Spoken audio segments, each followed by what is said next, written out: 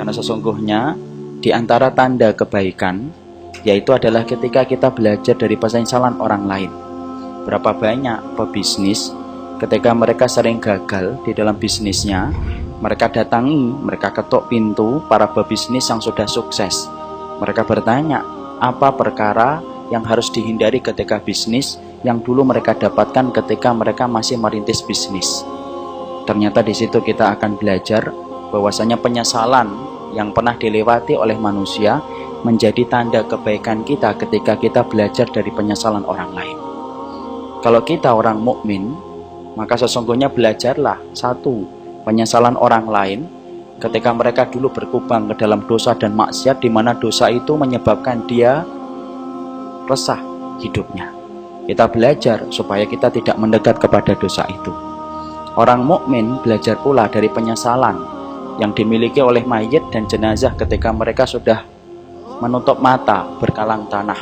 Belajarlah dari penyesalan-penyesalan mereka ketika disampaikan oleh Allah supaya kita berproses menjadi lebih baik, tidak perlu mengulang penyesalan yang dirasakan oleh banyak manusia ketika mereka telah berkalang tanah dan telah menjadi jenazah dan tidak mampu mengulang kebaikan untuk hidup mereka. Orang yang baik bukan semata-mata orang yang melakukan ketaatan, tapi orang yang baik adalah orang yang belajar mengerti tentang keburukan dan penyesalan supaya kita tidak menyesal dari apa yang disesali oleh orang-orang yang hari ini sudah menghadap kepada Rabb-Nya. Oleh karenanya kita akan lanjutkan. Kemarin kita telah membahas bahwasanya di antara perkara yang diimpi-impikan oleh si mayit ketika mereka baru meninggal dunia. Kalau dia adalah orang yang beriman, maka dia bersegera ingin supaya dipertemukan dengan alam barzah. Kenapa? Karena dia faham bahwasanya apa yang telah dia kerjakan di dalam hidup telah mendapatkan kabar gembira dari Allah. Insya Allah ya, orang yang paling takut kepada Allah sampai banyak beramal menjadi orang yang paling tenang hidupnya. Makanya kemarin saya sampaikan ketika khutbah sholat gerhana, banyak-banyaklah takut kepada Allah di dunia. Karena orang yang paling banyak takutnya kepada Allah di dunia menjadi orang yang tenang ketika dia menghadap kepada Allah. Bahkan ketika dia baru menutup mata, dia sudah bisa mengatakan kepada para pemikul jenazahnya, Qaddimuni, qaddimuni, tolong dong, cepat segerakan aku supaya aku bertemu dengan liang lahatku. Itu orang yang beriman. Jadi Masya Allah, sebagaimana perumpamaan siswa yang belajarnya tekun, rajin. Ketika ujian dia mampu menjawab setiap ujian, maka dia selalu tidak sabar menunggu pembagian rapot. Karena dia paham, insya Allah ranking saya 1 atau 2, 3 atau 4. Karena dia yakin bahwasanya hasil belajarnya terbayar tuntas ketika dia mampu menjawab segala pertanyaan. Itulah yang dirasakan orang mukmin, bahwasanya orang mukmin apabila mereka baru meninggal dunia, apakah bisa merasakan kenikmatan Ustaz? Walaupun hisabnya belum ditegakkan, bisa merasakan kenikmatan itu.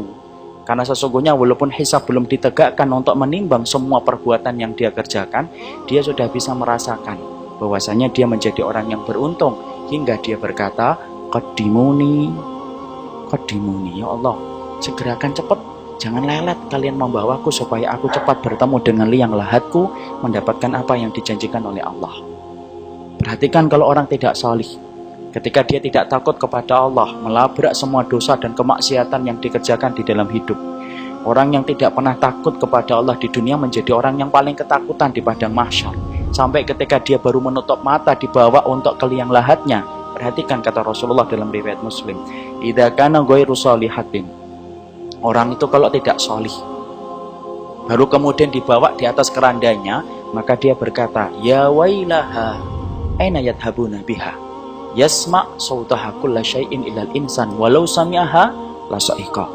Maka kemudian orang-orang kalau tidak itu beriman, ketika dia baru dipindahkan dari tempat dia itu dikebumikan, lalu kemudian dibawa ke atas kerandanya, ketika dibawa oleh para pemikulnya, maka kemudian dia berkata, ya wailaha, kemana kamu akan membawaku?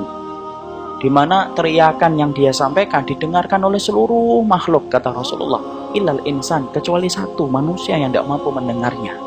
Lalu Rasulullah bersabda, lau sami'aha, kalau setiap manusia diberikan kemampuan untuk mendengarkan jeritan si mayit ketika dibawa ke liang lahat ketika dia bukan orang yang beriman, La so'iko, pastilah dia akan pingsan. Saking kerasnya dia menjerit ketika ketakutan dibawa ke liang lahat. Padahal baru dibawa ke liang lahat. Makanya Masya Allah ya, orang yang paling beruntung siapa? Orang yang takut sama Allah.